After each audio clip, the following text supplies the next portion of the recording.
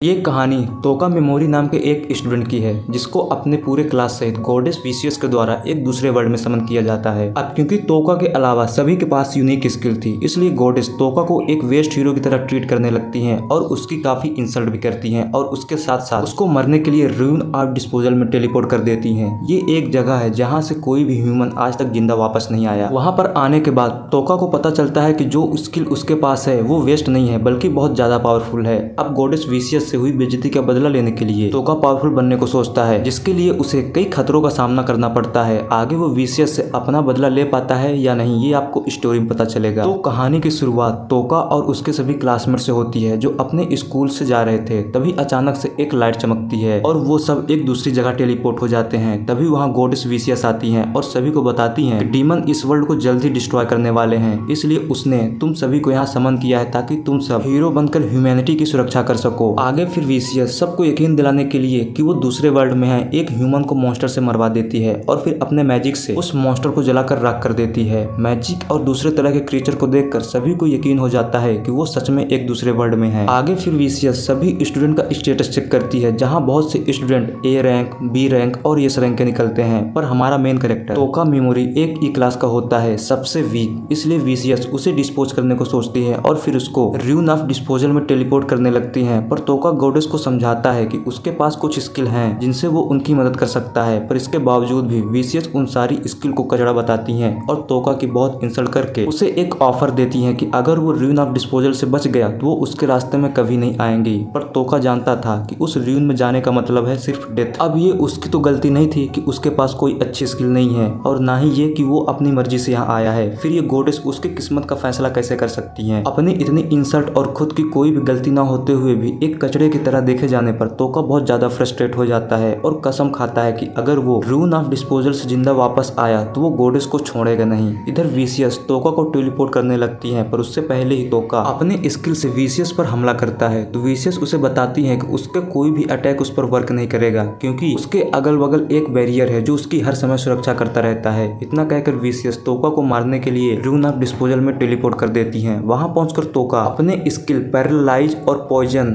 और बर्कर से कई सारे मॉन्स्टर को मारता है और रूइन से बाहर निकलने के लिए आगे बढ़ने लगता है। वहीं उसको कई सारे इंसानों के कंकाल मिलते हैं जो इस रूइन में मारे गए थे। तोका उनके पास से जरूरी सामान लेता है और आगे बढ़ जाता है। उन्हीं मरे हुए इंसानों के पास से तोका को कुछ क्रिस्टल मिलते हैं जो रूइन से बाहर निकलने में उसकी मदद करेंगे। जिसके बाद वो कुछ दूर और जाता है तो उसे हीरो ऑफ डार्कनेस की बॉडी मिलती है और उनके पास से एक लेटर, एक बुक और एक प्राचीन स्पेल की नोट। लेटर के जरिए तोका को पता चलता है कि हीरो ऑफ डार्कनेस का काम खत्म होने के बाद वीसीएस ने उसको भी इस रूइन में टेलीपोर्ट कर दिया था। आगे फिर हीरो ऑफ डार्कनेस यहाँ से निकलने की बहुत कोशिश करते हैं पर वो नाकाम रहते हैं और जब वो मर चुके हैं तो अब वो चाहते हैं कि जो भी यहाँ तक पहुंचे वो उसके सारे मैजिक को सीखे और इस प्राचीन स्पेल की हेल्प से उस गॉडेस से बदला ले। अब तोका का भी यही सेम मिशन था, इसलिए वो हीरो ऑफ डार्कनेस की सारी चीजें ले लेता है। वहीं तोका को उस लेटर से सोल ईटर नाम के एक मॉन्स्टर के बारे में पता चलता है कि उसी ने यहाँ पर सभी लोगों को मारा है और इसके अलावा बाहर निकलने के लिए जिस स्टोन की जरूरत है वो स्टोन भी उसी के पास है। अब तोका इतना पावरफुल तो नहीं था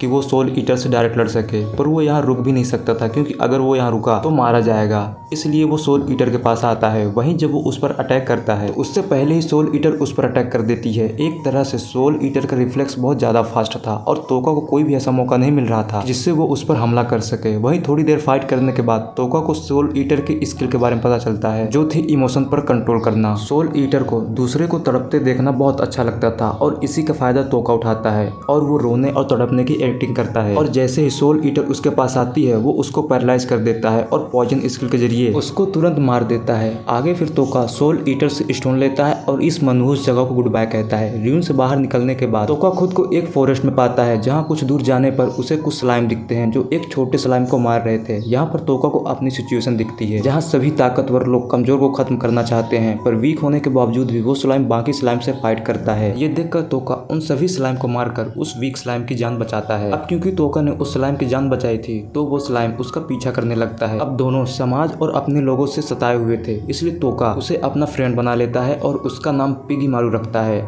आगे कुछ दूर और जाने पर तोका का सामना कुछ पंडित से होता है जो सेरस नाम की एक एल्फ को ढूंढ रहे थे। वहीं फॉरेस्ट में वो पंडित तोका को अकेला पाकर उसे मारने को सोचते हैं ताकि उससे सारा सामान छीन सके, पर तोका सिर्फ कमजोर दिखता है नहीं, इसलिए वो सभी को पैरालाइज कर फिर पॉइजन से मार देता है। वहीं पर कुछ दूर जाने पर उसकी मुलाकात मुलाकात सेरस से होती है, तो फिर वो उसको भी पैरालाइज कर अपने आसपास की जानकारी लेने लगता है। वहीं सेरस से तोका को पता चलता है कि वो अभी एक दूसरे कंट्री के फॉरेस्ट में है, जो उस गॉडेस विसियस की कंट्री से बहुत दूर है। उसी टाइम तोका सेरस को अपनी प्राचीन स्पेल दिखाता है और उसके बारे में पूछता है, तो सेरस उसे बताती है कि वो इस स्पेल को नहीं समझती और वो किसी को जानती है जो इस मैजिक को समझ सकती है। थोड़ी और जानकारी लेने के बाद तोका सेरस को छोड़ देता है और वहां से चला जाता है। अब जो बुक उसे हीरो ऑफ डार्कनेस से मिला था, उसके जरिए उसे पता लगता है कि एक पोशन के जरिए वो पिगामारू को इवोल्व कर अपनी रेंज बढ़ा सकता है, पर उस मैजिक के लिए स्केलेटन किंग की पाउडर की जरूरत थी। इसलिए तोका उस आइटम को लेने पहुंच जाता है एक डंजोन में, जहां स्केलेटन किंग रहता है। वहीं उसकी मुलाकात सेरस से दोबारा होती है। अब क्योंकि सेरस को भी उस जगह काम था, इसलिए वो दोनों टीम अप करते हैं और चल देते हैं स्केलेटन किंग के पीछे। डंजोन के अंदर जाने पर फाइनली उनका सामना स्केलेटन किंग से होता है। ये मॉन्स्टर सेरस से ज्यादा पावरफुल तो था, पर तोका से नहीं, इसलिए तोका उसे मारकर उसके अंदर से बोन पाउडर ले लेता है। उसी टाइम पिगामारू को स्केलेटन किंग के अंदर से कुछ फील होता है। आगे जांच करने पर तोका को एक मॉन्स्टर एग मिलता है, जिसे लेकर वो डंजोन से बाहर आता है। अब क्योंकि सेरस ने बिना किसी मतलब के उसकी कई बार हेल्प की थी, इसलिए तोका अपने जर्नी के लिए सेरस को हायर करने को सोचता है और साथ ही वो इस काम के लिए सेरस को एक ब्लू ड्रैगन जिम देता है, जिसकी कीमत लाखों गोल्ड कॉइन में थी। सेरस भी इस काम को एक्सेप्ट कर लेती है, इसलिए नहीं कि उसे पैसे मिले हैं, बल्कि इसलिए कि पास्ट में तोका ने उसकी कई बार जान बचाई थी। फिर अगले दिन जब सेरस तोका के पास आ रही थी, तभी उस पर ब्लैक ड्रैगन नाइट हमला कर देते हैं। दरअसल सेरस जिस किंगडम से है, वहाँ के किंग ने उस पर बंटी रखी है और उसी को पाने के लिए कई लोग सेरस को मारना चाहते हैं, पर ये ब्लैक नाइट सेरस को मार पाते उससे पहले ही वहाँ तोका आ जाता है और अपने स्किल से उन सभी को पैरालाइज और पॉइजन करके मार देता है, सिर्फ कमांडर को छोड़कर, ताकि उससे पूछताछ कर सके। आगे जब वो कमांडर सेरस के बारे में कुछ बताने वाला था, तभी उस पर सिविट नाम के नाइट अटैक कर उसे खत्म कर देता है। जब तोका सिविट को देखता है तो थोड़ा सावधान हो जाता है, क्योंकि उसका ऑरा नॉर्मल नहीं था। आगे फिर वो नाइट अपना नाम सिविट गर्लफ्रेंड बताता है और साथ ही ये भी कि इंसान उसे ह्यूमन स्ट्रॉन्गेस्ट के नाम से जानते हैं, मतलब सभी ह्यूमन में सबसे ताकतवर। उसके नाम की तरह उसकी पावर भी थी, क्योंकि तोका उस पर सामने से वार नहीं कर सकता था। हालांकि सिविट के पास एक वीकनेस थी, वो सबसे स्ट्रॉन्ग था, इसलिए वो ऐसे लोगों को ढूंढता था जो उससे फाइट कर सके। इसके लिए तोका उसे गॉडेस विसियस से फाइट करने कहता है, तो सिविट उसे बताता है कि विसियस का किंगडम और उसका किंगडम एक फ्रेंडली कॉन्ट्रैक्ट में है, इसलिए वो उन पर हमला नहीं कर सकता। पर अभी हाल ही में विसियस ने जिन हीरो को समन किया है, शायद उनमें से कोई इतना पावरफुल हो कि उनसे वो फाइट कर सके।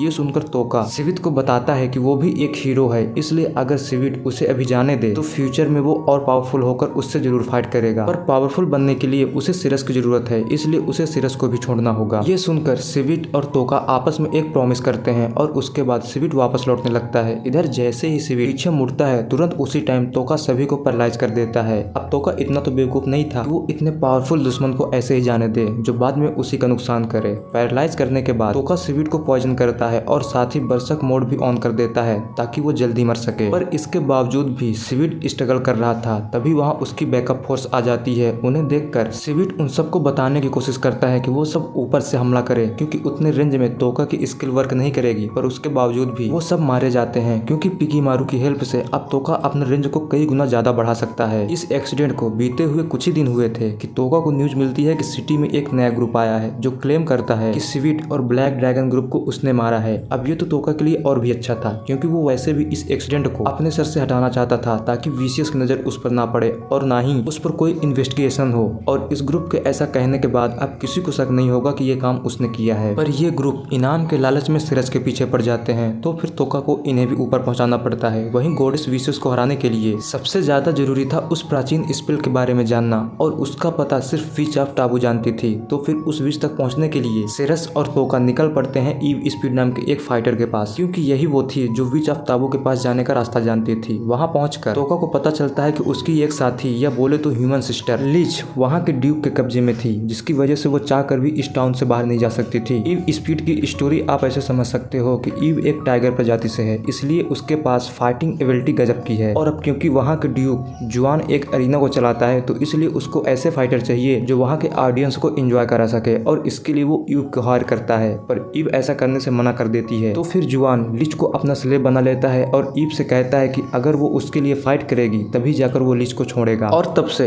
ईव ड्यूक के लिए फाइट कर रही है, पर लगातार जीतने की वजह से ऑडियंस अब बोर हो गई है। इसलिए जुआन अब प्लेयर बदलने के बारे में सोचता है और उसके लिए वो ईव को हराने को डिसाइड करता है, जहाँ उसका एक प्लेयर ईव से फाइट करेगा और उसको हराने के बाद मार देगा। पर ये सारी बात तोका को पता चल जाती है, तो वो ईव को वार्न करता है और साथ ही लिच को छुड़ाने में उसकी उसकी हेल्प भी करता है। ये सब देखकर ईव को यकीन हो जाता है कि तोका एक अच्छा इंसान है और वो उसकी हेल्प करने के लिए रेडी हो जाती है। उसी रात ईव फाइनल फाइट होने से पहले ही लिच के साथ टाउन से बाहर भाग जाती है। इधर जब इसका पता ड्यूक जुआन को लगता है तो वो अपने सभी सैनिकों के साथ ईव को पकड़ने निकल पड़ता है। फिर क्या तोका ईव को ऐसे ही नहीं ले जाने दे सकता था, क्योंकि इकलौती वही थी जिसे विच ऑफ ताबू का रास्ता पता था, इसलिए वो ड्यूक और उसके सभी साथियों को ऊपर पहुंचा देता है। आगे फिर तोका अपने सभी साथियों के साथ जर्नी कंटिन्यू रखता है और रास्ते में कई सारे मॉन्स्टर को मारकर अपना लेवल बढ़ाता है। वहीं ट्रैवल करते टाइम तोका ने जिस एक को स्केलेटन किंग के पास से उठाया था वो बड़ा हो जाता है और उसे एक हॉर्स टाइप का मॉन्स्टर बाहर निकलता है। उसके पीठ पर एक स्टोन था जो मैजिक एब्जॉर्ब कर सकता था, इसलिए तोका उसमें अपनी ढेर सारी मैजिक डालता है। तो कुछ ही टाइम में वो हॉर्स इवॉल्व होकर बहुत ही बड़े मॉन्स्टर में ट्रांसफॉर्म हो जाता है। आगे एक जगह जब ईव रेस्ट कर रही थी तभी अचानक से उस पर एक मॉन्स्टर हमला करता है। अब टाइम रहते ईव उसे मार तो देती है, पर मरने से पहले वो मॉन्स्टर अपने सभी साथियों को एक सिग्नल भेज देता है, जिसे सुनकर हजारों की तादाद में मॉन्स्टर तोका की तरफ आने लगते हैं। यहाँ पर ईव अपनी गलती मानती है और उन मॉन्स्टर को भटकाने की जिम्मेदारी अपने ऊपर लेती है ताकि बाकी सब लोग वहाँ से भाग सके। अब ईव इतनी पावरफुल तो थी नहीं कि इतने सारे मॉन्स्टर से अकेले भिड़ सके, इसलिए तोका उन मॉन्स्टर से निपटने का काम अपने ऊपर लेता है और उन सबको एक गुफा में छुपने को कहता है। आगे फिर तोका पेगीमारू और अपने नए दोस्त सिल वो हॉर्स मॉन्स्टर उसके साथ निकल पड़ता है मॉन्स्टर की तरफ। कुछ दूर जाने के बाद तोका एक फ्रीक्वेंसी छोड़ता है जिसे सुनकर सारे मॉन्स्टर उसकी तरफ आने लगते हैं। नॉर्मल मॉन्स्टर को तो तोका बड़ी आसानी से मार देता है, पर उनमें से कुछ ह्यूमन फेस मॉन्स्टर थे जो बहुत ज्यादा चालाक थे, इसलिए जब तोका पैरालाइज पॉइजन यूज करता तो वो मॉन्स्टर अपने सामने वीक मॉन्स्टर को ला देते और खुद को बचा लेते। वहीं तोका कई सारे मॉन्स्टर को मारता है, पर इन ह्यूमन फेस मॉन्स्टर को मारने में उसे बहुत ज्यादा दिक्कत आ रही थी, तो इसलिए वो एक प्लान बनाता है और पेगीमारू को चारा बनाकर उन सभी मॉन्स्टर के पीछे आ जाता है। अब सारे मॉन्स्टर का ध्यान दूसरे साइड था, इसलिए वो खुद को बचा नहीं पाते और तोका सभी को पैरालाइज कर फिर पॉइजन से मार देता है। अब इतने सारे मॉन्स्टर को मारने के बाद उसका लेवल और एमपी तो बहुत ज्यादा बढ़ते हैं, पर उसकी स्टेमिना नहीं बढ़ती, इसलिए वो बहुत ज्यादा थक जाता है। और उसी टाइम एक मॉन्स्टर तोका पर हमला कर देता है, पर टाइम पर वहाँ ईव आ जाती है और उस मॉन्स्टर को मारकर तोका की जान बचा लेती है। आगे थकने के कारण तोका और सिल में इतनी भी पावर नहीं थी कि वो अपने पैरों पर चल सके, इसलिए ईव उन दोनों को अपने कंधे पर उठाती है और सेरेस की तरफ चलने लगती है। कुछ दिन रेस्ट करने के बाद तोका फाइनली पूरी तरह से रिकवर हो जाता है, इसलिए ईव उन सब को लेकर पहुंच जाती है विच ऑफ ताबू के पास। वहीं सामने तोका एक डार्क इल्फ को देखता है और वो इल्फ सबको बताती है कि उसका नाम इरिका है और लोग उसे विच ऑफ ताबू के नाम से जानते हैं। इल्फ को देखकर तोका एक इविल स्माइल देता है, क्योंकि अब वो उस प्राचीन स्पेल को सीख सकेगा और इतना पावरफुल हो जाएगा कि उस गॉडेस से अपने इंसल्ट का बदला ले सके। और इसी के साथ इस एनिमी का फर्स्ट सीजन एंड होता है।